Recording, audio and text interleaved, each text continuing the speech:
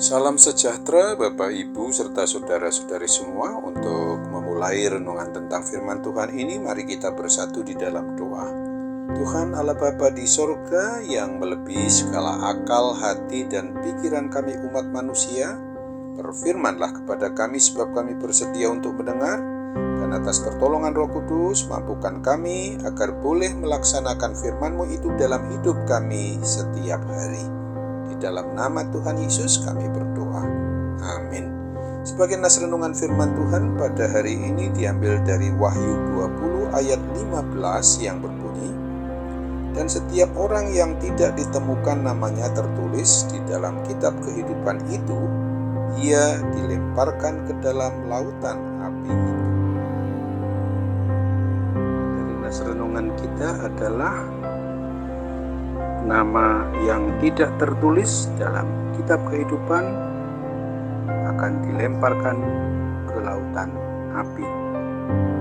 Yakini sesuai dengan perbuatannya oleh Hakim yang Maha Adil, yaitu Tuhan Yesus Kristus, di mana setiap pribadi orang yang namanya tidak tercantum dalam kitab kehidupan, maka ia akan dilemparkan ke dalam lautan api kekal di neraka. Sesungguhnya karena dosa-dosa yang diperbuat oleh umat manusia, maka tidak ada seorang pun umatnya yang bisa dan dapat lolos dalam penghakiman untuk dinyatakan layak diterima masuk ke dalam kerajaan Allah yang kekal di sorga.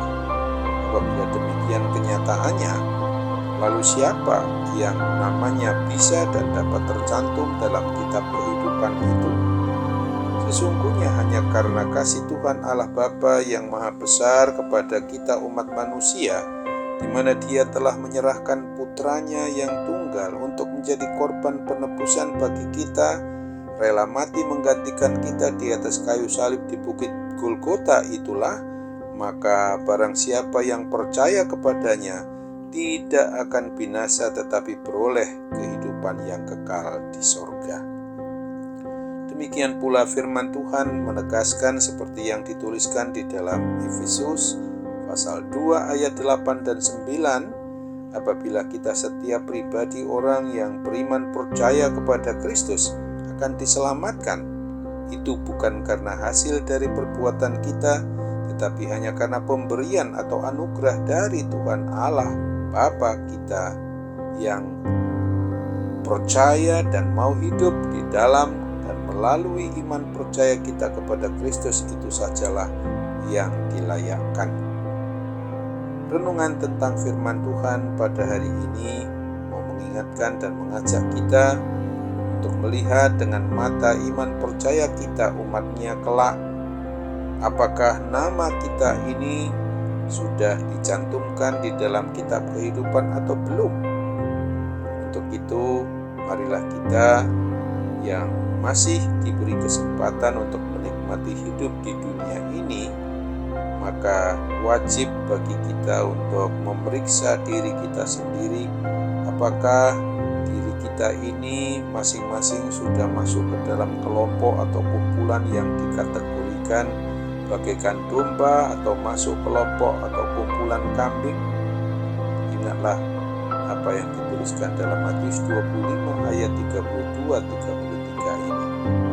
Apabila kita sudah termasuk di kelompok atau kumpulan domba yang sungguh-sungguh mau mengasihi Tuhan, yang selalu hidup di dalam kasih Tuhan Yesus dan tetap mau taat setia melakukan hidup yang sesuai dengan kebenaran firman Tuhan, apa yang diperintahkannya itu, dan yang tidak lagi hidup di dalam kecemaran, maka secara pasti nama kita sudah dicantumkan di dalam kitab kehidupan. Ingatlah sungguh-sungguh akan firman Tuhan sebagaimana dituliskan di dalam Wahyu 3 ayat 10 dan 11 ini. Karena engkau menuruti firman-Ku untuk tekun menantikan Aku, maka Aku pun akan melindungi engkau dari hari pencobaan yang akan datang atas seluruh dunia untuk mencobai mereka yang diam di bumi. Aku datang segera. Peganglah apa yang ada padamu, supaya tidak seorang pun mengambil mahkotamu. Amin. Mari kita kembali bersatu dalam doa.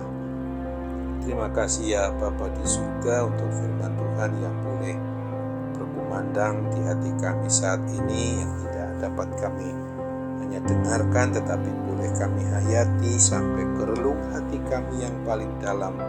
Maka kami harus sadari betul bahwa umat milik Tuhan Yesus Kristus itu tidak untuk kelak dilemparkan ke dalam lautan api yang kekal di neraka, karena Tuhan Yesus sudah mau bangkit untuk membangkitkan kami dari kuasa kematian kekal itu. Itulah yang sungguh-sungguh menjamini kami untuk kelak kami akan sampai kepada tempat yang Tuhan sudah sediakan bagi setiap orang yang mau hidup memenuhi standar hukum kasih dari Tuhan Yesus, untuk benar-benar mengasihi Tuhan Allah Bapa di surga dengan segenap hati, dengan segenap jiwa, dengan segenap akal budi kami. Dan kami harus mengasihi sesama kami manusia yang dapat kami jangkau, yang terdekat dengan kami di tengah keluarga dan dimanapun kami berada, untuk mengasihi mereka itu semua sebagaimana kami tanpa disuruh, tanpa diperintahkan dapat mengasihi diri kami sendiri.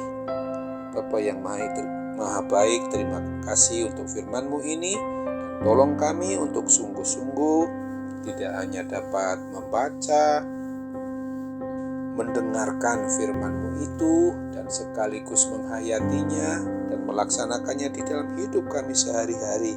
Itulah yang menjadi rencana dan kehendak-Mu dalam hidup kami di setiap waktunya dan di setiap harinya ketika kami masih diberi kesempatan untuk menikmati hidup di dunia ini.